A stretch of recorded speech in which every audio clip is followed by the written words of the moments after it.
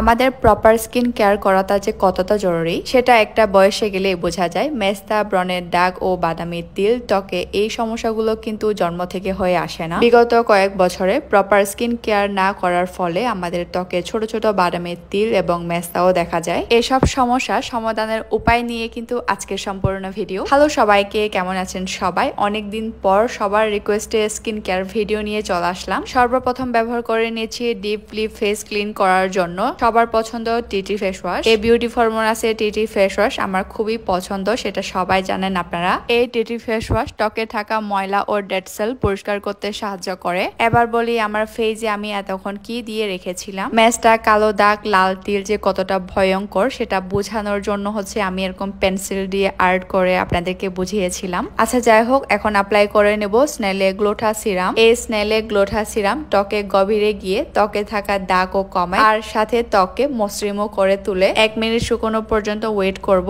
এরপর একটা viral cream apply করব। এই তো চলে আসছে বিশেষ এই ক্রিমটি। এই ক্রিমটি কথা না বলে নয়, 3D whitening spot remove melasma cream, যা আপনার কোনো প্রকারের সাইড ইফেক্ট ছাড়া স্কিনে থাকা দাগ দূর করতে সাহায্য করবে। এই কথাটা কিন্তু শুধু আমার কথা না, অল্প বিডি পেজে শত শত কাস্টমারের রিভিউ কথাটাও বলছি। তাদের এই কম্বো নিয়ে অনেকগুলো রিভিউ আছে। বিগত 2 বছর ধরে কাস্টমাররা কম্বোটি ব্যবহার করে অনেক ভালো ফিডব্যাক পাচ্ছে এবং অনেক সন্তুষ্ট।